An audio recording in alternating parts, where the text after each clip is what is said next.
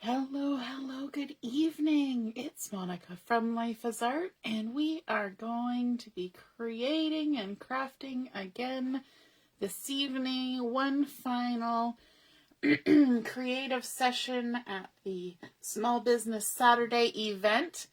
Sorry, I just got a goober in my throat right before the camera started. Wonderful. So we are going to be crafting today using the Merriest season stamp set. And sometimes when you are making your cards and things, you get to a point where you're just kind of like, I still have another, 10 cards to make and I don't know what to make. And this set makes a really simple card. It doesn't require any pattern paper. And it's just a really lovely card that looks like, you put lots of thought and effort into it, but really it's super simple. So sometimes when you're crafting, you need those super simple things, right? So we're going to be working on that today. So this is all we're going to be using, along with some inks and our card base. So the Merriest season. So I'm using a standard size card base for this. And our card bases come already scored. One side has a dip and one side has a bump. And you always fold with the bump side to the inside, just like that. And you can use your bone folder or the handle of your scissors to give it a nice crease. And I'm creating this card on the vertical. Hello, Carol, you found us. Yeah, I kind of gave you guys a roundabout time for when I was going to be on. I said sometime between 8 and 8:30, Not very helpful, was it? So I'm on, and it's between 8 and 8:30, so yay. So I've got my fold on the left side and my opening on the right side, and we're going to do a little bit of masking on this card. So I'm going to line my card up here at the side. Oops, I was just pulling my ruler and something is on top of it. And I want to come up 3.5 inches from the bottom. So because I'm not starting at 0, that's going to put me at 6.5. But it's 3.5 inches up from the bottom. And I'm just going to lay my ruler across at 3.5 inches. And then I'm going to bring in a very fancy tool that you should have in your craft room. And that is sticky notes. Or, facsimile thereof. Oh, Robin, have fun at bingo. Well, see you tomorrow. And so what I'm going to do is I'm going to take my sticky notes and I'm going to the great thing about this is they're nice and lightweight, so they're not very thick. And they already have something sticky on them. So I'm going to line these up with my ruler and just stick them down to my card. How easy is that, right? Like, it doesn't get much simpler than that. And then I'm going to do the same thing with my second sticky note because I want it to go all the way across. And, if you're, suave and debonair, you might have sticky notes that are wide enough to go all the way across, but I don't. So I'm just using what I have, and I put that one on crooked, so I'm going to just straighten it up a bit so it lines up a bit better with the one that's already on there. There we go. And we are going to do some stamping. And as I said, we're using the Merriest season stamp set. I'm going to start first with these sort of little evergreen pieces. And I'm going to be using pine ink. So I've got my stamps lined up here. And I've got pine ink here. And I actually want to use the back side of my Versamat to do this stamping. Gotta reach. I got my good Versamat over here, the one that looks pretty on the back side. So we'll just line it up there like that. And using the back side gives you a nice foam surface for stamping on. And we'll get our pine ink all opened up here. Boy, it must be late, right? Hey, Marilyn. Oh, you're joining us from PEI. Are you visiting your mom? That's fun. So first I'm going to start with this larger little sprig of evergreen. Load it up with some ink. You want to make sure that you don't have ink on any of the corners which sometimes happens. And then we can go ahead and stamp it on our card, just kind of on a bit of an angle like that. Lovely. And then let's stamp it again on this side over here, and I'm going to turn it again on a bit of an angle like that. Nicely done. And then we also have this little evergreen bough, and we're going to mix it up and add some of that as well. And we're going to kind of stick that sort of towards the center, like so. Easy peasy. Like, this is not hard, right? We can do this. And then we're going to switch those out, and we're going to grab the sage ink. And I like this color combination. It's really pretty. And if you don't have all the different colors, you can very easily use first and second generation stamping for this sort of thing. But I'm going to take this shape of leaf. I'm trying to think of what it is. I don't know what it is. It's a leafy thing. It's not quite eucalyptus-y shaped, but it's a little more leafy than the evergreen twigs. And I'm going to stamp it with the sage. So get that loaded up like that. Make sure there's nothing gonna go funky on us. And we're gonna stamp that there. And let's load it up again. And we'll stamp it off to this side as well. Why not? Looks good. And then, let me see. We also want to bring in some red. So let me grab this little one off of the stamp. And some of these have to kind of put crooked on the stamp block, and that's okay. But we're going to trade this out. We're going to bring in Candy Apple. This is a really nice color combination for our seasonal card making, right? Different greens, a little bit of red. Lovely, lovely. And, of course, I got red everywhere because that's how it goes. And we'll just stamp that there. And when you're doing this, you want to think about the strength of the inks and what will show through in different places, right? And let's stamp that there. And that's good. Now, the last thing that I want to do on this particular spot is I'm going to bring in the little tiny flower here, and I'm going to use my Toffee ink, but I want to remove my masking at this point, like so. So you can see we've got kind of a nice little line there where the stamping is above. And then I'm going to take this and I'm just going to stamp sort of in that little empty spot right there. And then there's a lot of and thens in this project. And then, but wait, there's more. Now we're going to go ahead, we're going to switch back to the other Versamat so we can see our grid lines. We're going to line it back up so we can see. And then I want to attach my mask now at 2 inches up from the bottom. So we're lining it up at the 3-inch mark, so it's going to, be a little bit wonky, and we're just going to put that across. We're using the exact same piece, and it's already stuck together, so that makes it super simple. And I'm going to just turn it around, just like that. Bring back in my... See, the reason why I'm not just flipping the bottom one, the bottom one's a really old one, and it's got gouges and stuff on the back from, getting thrown into bags and taken to crops and whatnot. And this is a newer one, so it's nice and smooth and lovely. And so that's why you see me kind of swapping them out one for the other. So that's the method to my madness, right? All right. So let's go ahead and get our big pine bough here again.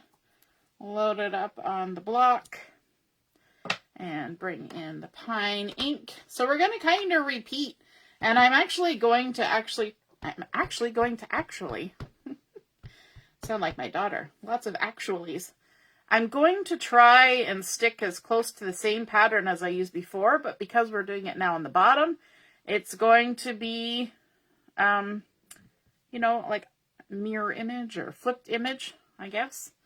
And so it creates a little bit of variety. And let's add this here. And because we're reusing the mask, you can almost use the, you know, the little remainder bits at the bottom to guide where you're going to stamp, right? It's kind of like a reminder. And then let's ink up this little guy and stamp him in the middle like that. And we'll take that off. We only did one of that one. And then let's get this one, the little leafy number. And of course, we got to switch our inks. I have to keep reminding myself, because quite often I forget to switch the ink. And then I go and stick my stamp in it and go, oh, that's not the color I wanted to tell. And then I have to clean my stamp. And that's a whole to-do. So, we're coming in with the sage. And give a nice little stamp there. And a little stamp over here. Just like that. And then moving on to our red again, our candy apple. You could use scarlet for this too, but I like how bright the candy apple is. It's just a nice bright red. The scarlet has more of a brown little tinge into it, which is not bad. It's just, I wanted something a little more crisp and lively, Christmassy. And let's add a little bit there. And then maybe even a little touch over there. Just off the edge. Lovely. So fun. And then we can take away our mask. How's it looking, everybody?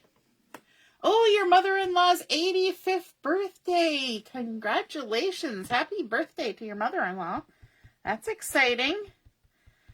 And then we're also going to do a little stamperoo right there. There we go. Didn't really ink that up very well, but it's all good. A little stamperoo. And then I also want to stamp, before I put this away, I'm going to stamp a couple of these flowers on a scrap piece of paper so that we can fussy cut them out. Because it's not a project until we fussy cut something, right? There we go. Lovely. Okay, and now I want to scooch this out of the way and take a look at what we've got here. So we've got our stamping. We've gone outside the lines a little bit with these. And then I want to bring in a journaling pen, and I've just got a small black journaling pen here. And what I want to do is to add some doodled lines, and I don't want them to be straight, so I'm going to actually wiggle and jiggle my hand on purpose to make a line all the way across from side to side. And can you see the difference there? This is the bottom. Can you see the difference now with having added that line? Just what a difference that makes going across there. And that's all I did was just add a little wiggly jiggly hand-drawn line. But boy, it makes a nice difference. And then we're going to do the same on the other side. And when I get to my little stamped image, I'm going to jump over it. So I'm not drawing the line through my little flower there. And then I've got the sentiment, the Merriest season, loaded up on this block. And I'm going to stamp this with Harbour ink. Now, of course, I've taken away my stamping surface. But that's okay. We will do our best. I'm going to ink this up good. I love this Harbour ink. Sapphire used to be my favorite. But now, I don't know. This Harbour is stealing the show. I'm going to give that a nice push down. Hopefully get a good transfer. There we go. Lovely. I like it when that happens because sometimes you get a little worried when you have, you know, when you're down to the last little bits of a project and you're stamping right on your project. So let's grab our little micro tip scissors and we will trim this out. Now you can see this was stamped a little earlier. I find that the toffee actually kind of changes color the longer it's on the paper. And yeah, when it first gets stamped, it looks kind of weird and greenish to me. But then as it dries and sinks in, it changes to the really nice toffee color, a very sandy color. And so I'm just fussy cutting around this little tiny flower, just going in and out around the petals, leaving a little halo of white, just like that, all the way around. This is an easy one to cut, no worries. And there we go. And by the magic of Facebook, I have a couple more already done and fussy cut because, you know, there's only so much fussy cutting y'all want to see me do. And then I'm going to come in with some 3D foam dots. Now, I wish I had the thin ones because this is a very low profile card already. But I don't have any of the thin ones. So I'm going to go ahead and use the regular ones, and it's all right. It looks fine. It's just some people really like that low profile look when they're crafting. Other people like the more dimension, the better. But sometimes, especially when you want to send it in the mail, if it's got to go a long distance, then the more dimension ends up costing you a little bit more, right? So let's just add a couple little flowers in amongst, just to add a little something something. We're not even going to be putting any bling on this card. Can you imagine? No bling. And the only dimension are these 3 little flowers, just like that. But one more thing I want to do is I want to bring in my number 10 white gel pen, which I love these gel pens. Just going to make sure it's going okay. And if you look at these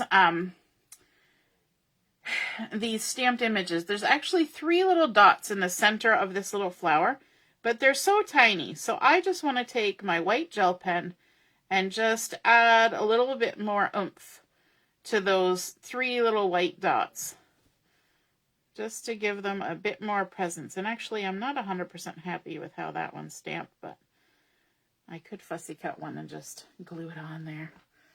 But we'll leave it for now. So there we go. That is our Merriest season. Super simple, just ink and stamps, a little bit of journaling pen, a little bit of gel pen, doing that masking technique where we made a straight line across and then stamped above and then switched and stamped below. And we did pretty much the same pattern, just sort of flipped and reversed. But we did add in a little bit of extra red down here so that it makes it look a little bit asymmetrical. And then also adding in these little flowers that kind of weave their way in and out of that festive border. And then adding the little bit of white gel pen on there to bump up the center of the flowers. Now, of course, you could add little blings in the center if you wanted. But that is a super simple way, you know, when you've run to the end of your Christmas pattern paper that you wanted to use for the year and you still have a few more cards to make. It's nice to have a card that you can create that looks so beautiful, and all it is ink and stamps. So I hope you guys enjoyed that technique and that demonstration using the Merriest season stamp set. There's still a little bit of time left to get an order in if you would like to order using the deal that's available for Small Business Saturday that I'm offering. So let me know by 10 o'clock if you would like to place an order, and we will see you again soon. Don't forget, there is Cyber Monday sale coming on Monday. Oh my goodness, the deals. If you wanted to be stocked up for crafting over the Christmas holidays, now's the time to do it, that's for sure. All right, have a wonderful evening. We'll see you soon. And I'll be doing a draw later on tonight for the door prize. All right, toodaloo. Bye.